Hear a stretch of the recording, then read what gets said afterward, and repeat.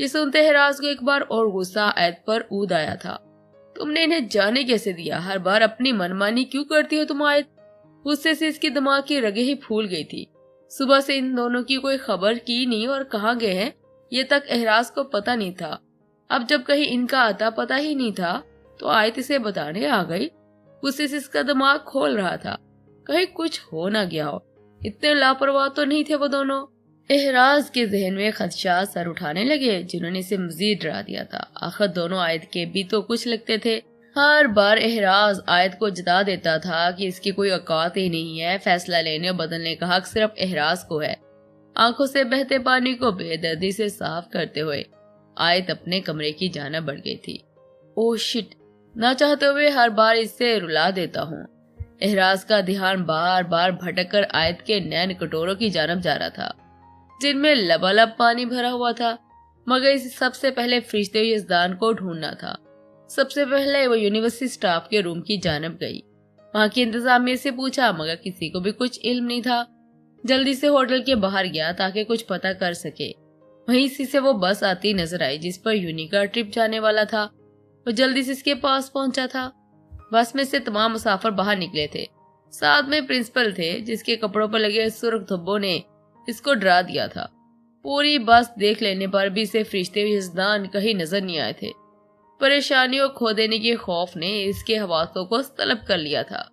جلدی سے اپنے قدم اسی پروفیسر کی جانب بڑھا دیے تھے۔ کہاں یزدان اور فرشتے؟ آپ لے کر گئے تھے نا ان دونوں کو، کہاں ہیں وہ دونوں؟ احراز نے پروفیسر کا گریبان پکڑتے غصے سے کامتی آواز میں پوچھا تھا۔ ضبط کی شدت سے آنکھیں لال ہو رہی تھی۔ سر بات سنیے پلیز، ریلیکس۔ ہوٹل کی انتظامیہ بھی باہر آ گئی تھی اور احراز کو کول ڈاؤن کرنے لگی تھی۔ احراز نے خود پر قابو پا لیا اور پروفیسر صاحب سے سارا واقعہ جھکے سر کے ساتھ احراز کے سامنے بتا دیا۔ آتے وقت ڈاکوؤں نے بس کا اگلا ٹائر پنچر کر دیا تھا، دونوں کو لے کر چلے گئے۔ یہ سب بتاتے ہوئے سب کا سر جھکا ہوا تھا۔ مجھے اس جگہ کا نام جاننا ہے، یہاں یہ سب ہوا۔ دونوں ہاتھوں کی مٹھیوں کو سختی سے بند کرنے کی وجہ سے بازو کی رگیں ابھر گئی تھی۔ جیسے وہ دونوں تنگ راستے سے باہر نکلے تب تک شام ہو چکی تھی، اندھیرا پھیلنا شروع ہو گیا تھا۔ جلدی دونوں کو خود کے لیے کسی محفوظ جگہ کا انتظام کرنا تھا جہاں آج کی رات بتائی جا سکے، مگر کس سمت میں جانا چاہیے تھا کچھ بھی سمجھ نہیں آ رہا تھا۔ چاروں طرف صرف گھنا جنگل ہی تھا۔ ان کے پاس اتنا وقت نہیں تھا کہ سوچتے ہوئے گزار دیتے۔ اس طرف چلتے ہیں، یزدان نے ایک سمت اشارہ کیا، وہ دونوں ہی چل پڑے۔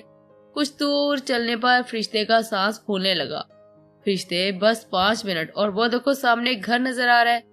یزدان نے فرشتے کی حالت غیر ہوتی دیکھ اسے حوصلہ دیا تھا۔ مجھ سے نہیں چلا جا رہا، فرشتے نے بے بس آواز سے بولا تھا۔ انہیں چلتے چلتے 1 گھنٹہ ہو گیا تھا۔ فرشتے کو اٹھانے کے علاوہ یزدان کے پاس کوئی اور چارہ نہیں تھا۔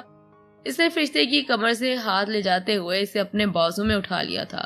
بالآخر وہ اس کے گھر کے سامنے پہنچ گئے تھے۔ یزدان نے فرشتے کو اتار کر اپنے بازو کے حلقے میں لیا تھا، دوسرے ہاتھ سے دروازے پر دستک دی تھی۔ کون ہے؟ اندر سے ایک نسوانی آواز ابھری تھی۔ اسی کے ساتھ دروازہ کھلا۔ ہم مسافر ہیں، جنگل میں بھٹک گئے ہیں، یہ میری بیوی ہے، ہمیں ایک رات رہنے کے لیے جگہ چاہیے۔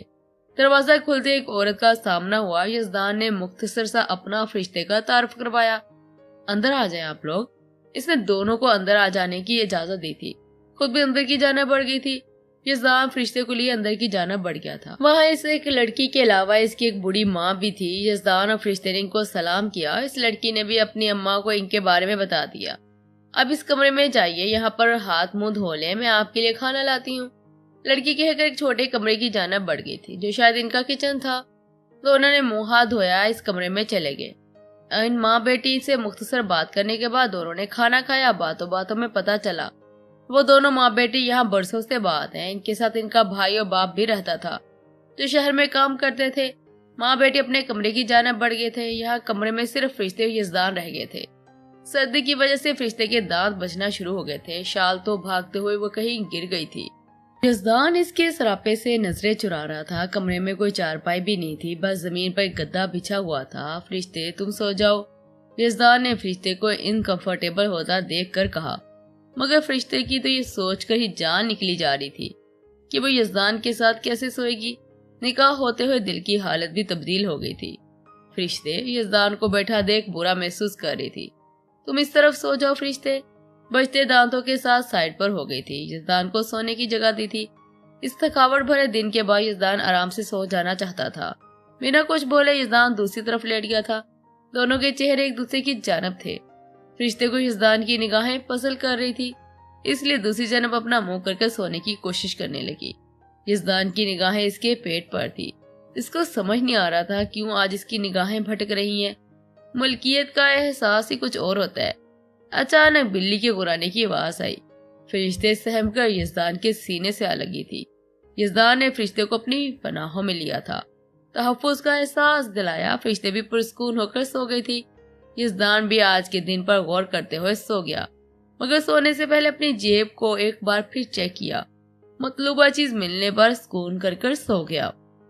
رات کے آخری پہر یزدان کی آنکھ کھلی تو کھڑکی سے چھن کر آتی چاند کی روشنی میں اس کی نظریں فرشتے کے چمکتے چہرے سے ٹکرائی، جو معصومیت سے سر یزدان کے سینے پر رکھے، دونوں ہاتھ اس کے گرد پھیلائے نیند کی وادیوں میں گم تھی۔ یزدان کے دل نے فرشتے کا لمس محسوس کرتے اس کی مدہوش ہوتی دھڑکنیں سننے کی التجا کی تھی، مگر یزدان نے خود کو ڈبٹ کر چپ کرا دیا تھا۔ اب تو یہ تمہاری بیوی ہے، نکاح ہو گیا، تمہارا پورا اختیار ہے اس پر تمہیں۔ دل نے یزدان کو اسے چھونے کی ایک اور دلیل دی تھی۔ یزدان نے بے قراری میں اپنا ہاتھ فرشتے کی کمر پر رکھتے اس سے قریب کیا تھا۔ دوسرے ہاتھ سے اس کے خوبصورت بالوں میں بے اختیاری سے انگلیاں چلانے لگا تھا۔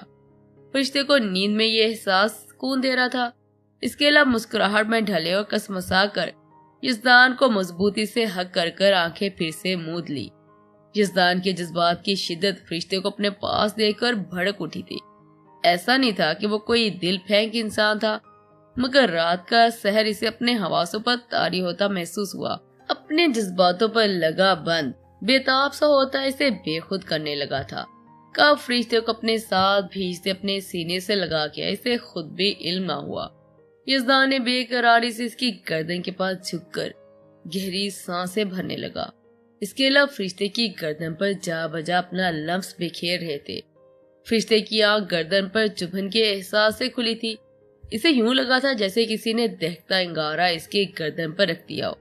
سانسوں کی گرمائش سست ننھا سا وجود کانپنے لگا تھا۔ کچھ ہی دیر میں اس کے حواس بیدار ہوئے تھے، مگر سامنے کا منظر دیکھ فرشتے نے اپنی آنکھیں بند کر لی تھی، جہاں یزدان مسلسل اپنی بریڈ سے اس کی نازک گردن پر چبھوتے اس پر اپنی شدت عیا کر رہا تھا۔ یزدان؟ فرشتے نے کانپتی آواز میں یزدان کو ہوش دلانا چاہا۔ جی جانے یزدان؟ فرشتے کی آواز سنتے ہی یزدان نے اپنا چہرہ اوپر اٹھایا، فرشتے کی جانب دیکھنے لگا جس کا چہرہ سرخی چھلکا رہا تھا۔ میری جان حکم کرے، یہ گریز کیوں؟ اب تو ہسبینڈ ہونا میں آپ کا۔ یزدان نے شرارت سے فرشتے کے گال کھینچ کر اس کے کانوں میں سرگوشی کی تھی۔ اس کی اتنی سی قربت اس ننھی جان پر قیامت بنی ہوئی تھی۔ آپ مجھے یہاں اپنی بریڈ کیوں چبھوئی اور آپ میرے اتنے نزدیک کیوں آ رہے ہیں؟ فرشتے نے منہ پھیلا کر اپنی گردن کی جانب انگلی سے اشارہ کر اس سے استفسار کیا۔ اب پکا خیال رکھوں گا، اب آرام سے کس کروں گا، اور میرے نزدیک آنا تمہیں برا لگ رہا ہے؟ پہلی بات شرارت سے بول کر دوسری بات کہتے ہی یزدان کے چہرے پر سنجیدگی چھا گئی تھی۔ فرشتے یزدان کی رویے سے پزل ہو رہی تھی۔ اس کی طرف سے جواب نہ ملنے پر یزدان اٹھ کر جانے لگا۔ اس کے چہرے کے تاثرات پل بھر میں سنجیدہ ہو گئے تھے۔ یزدان، آپ مجھے اکیلا چھوڑ کر جا رہے ہیں؟ یزدان کو جاتا دیکھ فرشتے کی آنکھوں سے بھی آنسو روا ہو گئے تھے، جو آنکھوں سے ہوتے ہوئے اس کی گالوں پر بہنے لگے تھے۔ اوف، یہ کیا کر رہا ہوں میں؟ یزدان نے فرشتے کی آنکھوں میں آنسو دیکھ خود کو ڈپٹا۔ ابھی وہ تیار ہی کہاں تھے اس کی شدتوں کو سہنے کے لیے۔ اوکے سوری فرشتے، دیکھو اب کان بھی پکڑ لیے، معاف کر دو نا پلیز۔ یزدان کب فرشتے کی آنکھوں میں آنسو دیکھ سکتا تھا؟ جلدی سے فرشتے کے سامنے بیٹھ کر اپنے دونوں ہاتھوں سے فرشتے کے کانوں کو پکڑ لیا۔ یزدان کو ایسا کرتا دیکھ فرشتے کے چہرے پر مسکراہٹ آ گئی تھی۔ آجو سو جائیں، صبح یہاں سے نکلنا ہے ہمیں۔ یزدان نے اپنے بازو پھیلا دی اور فرشتے کو بھی بازو سے پکڑ کر پیچھے کی جانب کھینچ لیا۔ کچھ ہی دیر میں فرشتے سو گئی۔ یزدان بھی آج کے دن پر غور کرتے ہوئے نیند کی وادیوں میں گم ہو گیا۔ احراز نے اس جگہ جا کر بھی دیکھ لیا، مگر اسے فرشتے یزدان کا کوئی نام و نشان نہیں ملا تھا۔ آخر کار تھک ہار کر وہ ہوٹل واپس آ گیا تھا۔ بیلکونی میں آتے اسے آیت دکھی جو بار بار پریشانی سے چکر لگا رہی تھی۔ ملے دونوں؟ آیت کی جیسی نظر احراز پر پڑی تو اس نے بے تابی سے پوچھا۔ نہیں، احراز نے یک لفظی جواب دیا اور فریش ہونے کے لیے واش روم چلا گیا۔ اتنی بھی ویلیو نہیں میری کہ ان کی نظر میں کہ مجھے کچھ بتا ہی دے۔ ایسا سوچتے آیت کی آنکھیں بھیگ گئی تھی۔ شاور آن کر کر احراز کپڑوں سمیت بھیگنے لگا تھا۔ ٹھنڈا پانی اعصاب کو جما رہا تھا مگر اسے کوئی فرق نہیں پڑ رہا تھا۔ مسلسل اتنی بھاگ دوڑ کے بعد بھی وہ دونوں اسے نہیں ملے۔ گھر والوں کو کیا جواب دوں گا؟ احراز مسلسل پانی میں بھیگتا سوچوں کے گھوڑے دوڑا رہا تھا۔ اسے یہاں کی پولیس میں کمپلین کر دی تھی مگر ابھی تک دونوں کا کچھ پتہ نہیں چلا تھا۔ شاور بند کر کے کپڑے تبدیل کیے احراز باہر نکلا۔ بیڈ پر جا کر آنکھیں موند لی۔ اسے چین کی نیند کیسے آ سکتی تھی جب اس کا بھائی اور اس کی معصوم کزن کا پتہ ہی نہ چل رہا ہو۔ ابھی وہ سوچوں کے گرداب میں پھنسا ہوا تھا۔ موبائل کی بیل نے اسے سوچوں سے باہر نکالا۔ سائڈ ٹیبل سے موبائل اٹھایا تھا جہاں ڈیڈ کالنگ بلنک ہو رہا تھا۔ کال آن کی اور گلا کھنگارا۔ جی بابا، السلام علیکم۔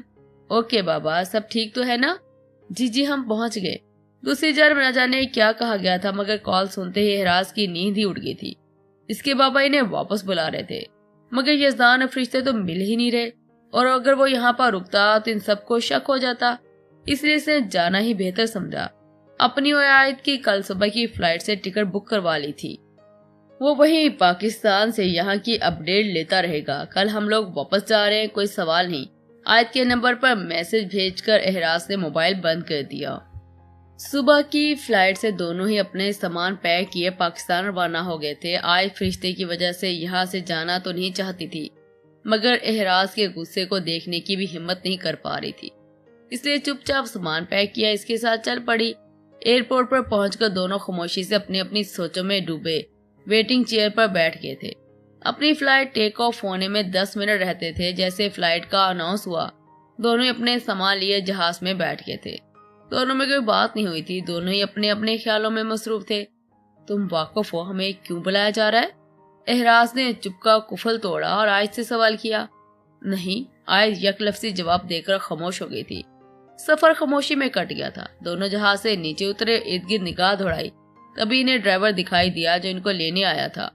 خاموشی سے اپنا سامان ڈرائیور کو دیا، دونوں ہی گاڑی میں بیٹھ کر گھر کی جانب روانہ ہو گئے تھے۔ یہاں ایک اور دھماکہ ان کا انتظار کر رہا تھا۔